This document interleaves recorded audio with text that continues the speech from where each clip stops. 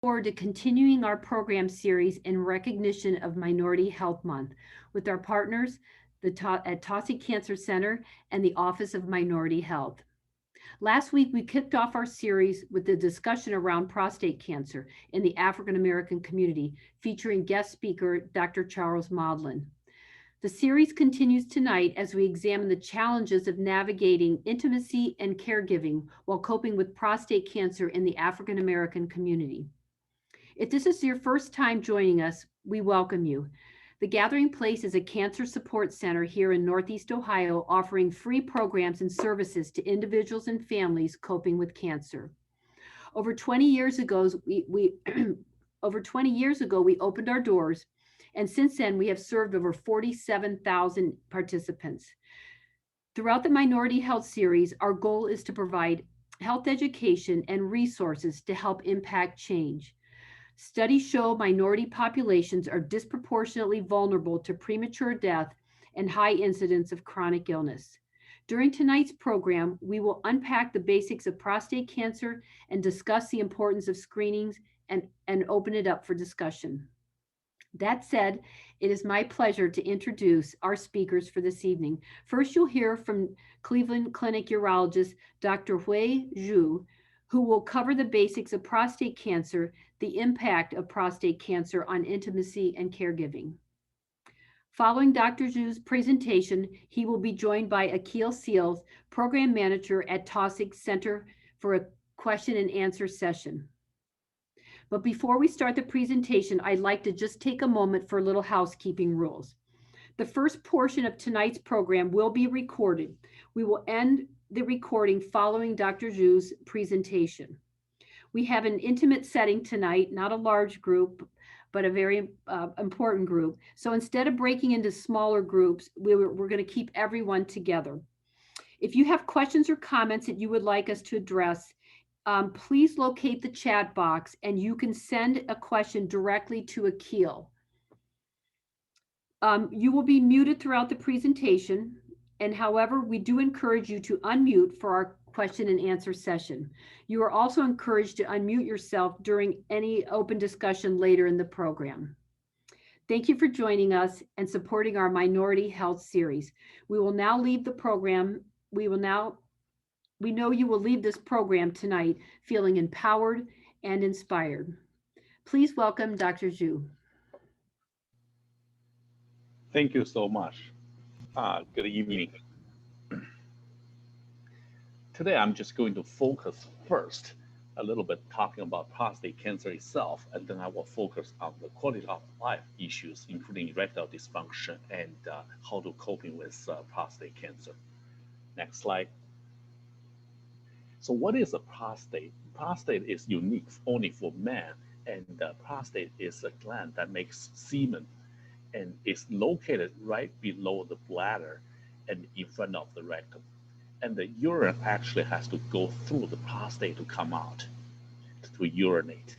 The prostate usually is the size of a golf ball, but as people getting older, the prostate can be much bigger than a golf ball. Next slide. So how common is prostate cancer? Prostate cancer develops when the prostate actually is the most common cancer in men. It's very similar to breast cancer in women. It's very common, and 1 in 8 men will be diagnosed with prostate cancer in their lifetime. Next slide. The good news actually is prostate cancer is a very slow-growing cancer.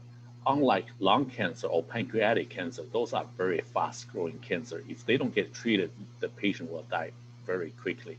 Prostate cancer is different, and most of people will not die from prostate cancer. They actually will die with prostate cancer. As a result, only one man in 41 men will die from prostate cancer. Most of people will survive prostate cancer. That being said, prostate cancer is still the second leading cause of cancer deaths in men, only second to lung cancer. Next slide. So who are the people most likely to get prostate cancer? What are the risk factors? Of course, age is the most important factor here. because most of the prostate cancer are diagnosed in people older than age 65. And also important is family history and race. If you have a close family member got prostate cancer, and that can easily double your risk of having prostate cancer. In addition, African American men are more likely to have prostate cancer. Some patients can also have very uncommon genetic mutations, such as BRCA mutations, which also give you higher chance of having prostate cancer. Next slide. So bear this in mind. Not only African American people are more likely to have prostate cancer, they also have much higher chance of suffering and even die from prostate cancer. The likelihood is almost double. Next slide.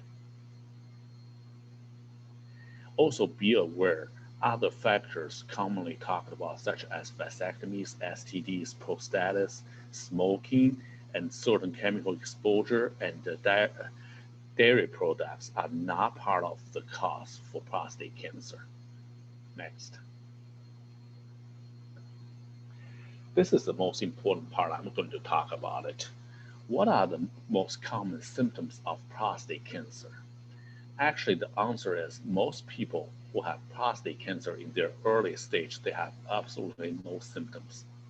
However, some people will say, hey, I still have to urinate frequently during the day, and I get up to urinate quite a few times at night, sometimes more than 3-4 times. And I have a weak stream, I have pain when I urinate, and sometimes I cannot even urinate at all. Those are most commonly symptoms from enlarged prostate, not necessarily from prostate cancer. Bear that in mind. However, people who have prostate cancer can certainly have those symptoms. Also be aware when the prostate cancer really become late stage, that means the cancer spread beyond the prostate, you will see blood in the urine because the prostate cancer invaded into the bladder. You will also have pain in your back, pelvis, and your legs. That's because the cancer spread to the bone. Sometimes you can even have bony fracture due to cancer spread. Those are the major complications of prostate cancer. Next. So how do I know if I have prostate cancer, since most people don't have any symptoms? So to find out how do you, whether or not you have prostate cancer, it is through prostate screening or PSA screening. This is the most common way we used these days to find out prostate cancer diagnosis. For African American male at age 45, for other people at age 50, except those with strong family history, we start offering people PSA screening. And this is a process only made after knowing all the potential risks and benefits of prostate cancer screening. Next. So what is a PSA screening? PSA actually is a protein made by the cells of prostate glands. When you have prostate cancer, those proteins actually leak into the circulation. So by checking the blood PSA level, we can have access to the PSA secretion by the prostate cancer. If your level is high, we're worried about you may have prostate cancer. When you see a doctor, sometimes the doctor also perform a so-called digital rectal examination or DRE. What we do is use our finger to feel the surface of prostate. However, most of the time, PSA test is more sensitive than the rectal examination because most of the prostate cancer will be inside the prostate, not at the surface of the prostate. Next. Sometimes prostate cancer causes high PSA, but most commonly, a high PSA may not be necessarily caused by cancer itself. When we're getting older than age 40, 50, we will have enlarged prostate. With enlarged prostate, we will have a high PSA. And also have infection in the prostate, have recent ejaculation, riding bicycles, and urological procedures can also give us high PSA. People taking certain medication medications such as testosterone injection also can have a higher PSA, not necessarily from prostate cancer. As a matter of fact, most commonly a high PSA is not caused by prostate cancer, but benign causes. Next. Once we know you have a high PSA, we consider all the factors, make sure you don't have other causes for high PSA, then we recommend it to do a biopsy of the prostate. This we call a transrectal ultrasound guided biopsy of the prostate. What we do is use an ultrasound probe put into the rectum, as you can see on the screen. And on the ultrasound guidance, we use a needle to sample the prostate 12 times. This process takes about 3 to 5 minutes to complete. We also gave you some local injection to numb the nerves. Otherwise, it's a very well tolerated procedure. However, after the procedure, you may see a little bit blood in the urine, a little bit blood in the stool, a little bit blood in the semen. Those things goes away quickly. However, some people can have a little bit irritation with urination for a few days. Very uncommonly, they will be unable to urinate. Next. So after the biopsy, the pathologist will look under microscope and decide if you have prostate cancer. So at this point, you will say, hey, what are the benefits of prostate cancer screening? Most importantly, prostate cancer is a very slow growing cancer.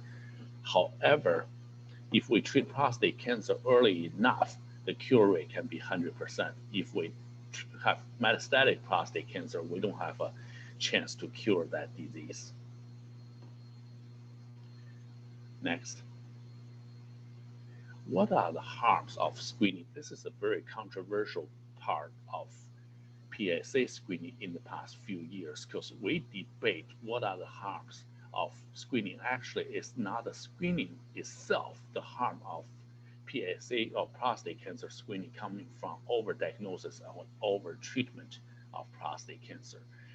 Because prostate cancer is a very slow growing cancer, and a lot of people don't die from prostate cancer, they die with prostate cancer. If we treat those patients, they can develop erectile dysfunction, urinary incontinence, urinary frequency, urgency, and sometimes even difficulty to urinate. And they can also have side effects from treatment, such as heart attack and blood clots formation in their lungs during surgery. And after radiation, some of the patients can also have bloody urine and bloody stool, and sometimes they have diarrhea and have difficulty control their stool. Next. So what are the major management options these days for prostate cancer?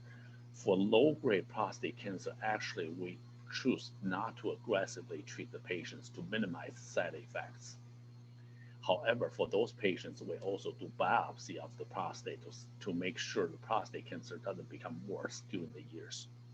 We can have 3 major treatments these days: surgery, external beam radiation, and radioactive seeds. They all give you pretty much the same cure rate. However, they have different side effects profile.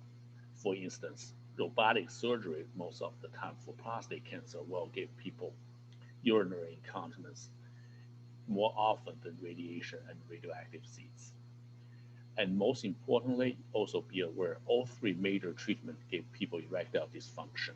However, for surgery, the erectile dysfunction happens much earlier than radiation therapy. Next. So I want to emphasize a little bit about erectile dysfunction. Be honest with you, most people, even before they have their prostate cancer diagnosis, they probably already have erectile dysfunction. This is because erectile dysfunction actually is very common after age 50. There's a survey actually showing for people at age 30 to 40, they may already have 30% chance having erectile dysfunction. After prostate cancer diagnosis and treatment, erection is not going to be better, and is very common after surgery and also very common after radiation. However, also be aware it's highly treatable and a manageable condition. We can have Viagra, we can have Cialis. In addition, we also have penile injection, penile pump, and ultimately we can also have penile prosthesis. This is something we can talk about even more after my presentation. Next. Most people will ask this question: how can I prevent prostate cancer? Be honest with you, I always say, hey, there's not very many things you can do about it unless you don't get older. However, we also know some very important healthy behavior things can help, such as having low-fat diet, non-smoking, physical activity, and maintain a healthy weight. Next paragraph. The next slide. So this is the final summary here. So we always ask this question: should I get a prostate cancer screening? We always know the fact before we make the final decision. It's a shared decision-making process between you and your doctor, your urologist. PSA screening is most appropriate for people from age 55 to 69 with more than 10 to 15 years of life expectancy.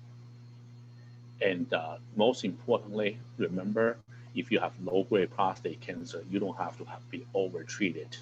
That will minimize side effects of the treatment and give you better quality of life. Next. Any questions right now?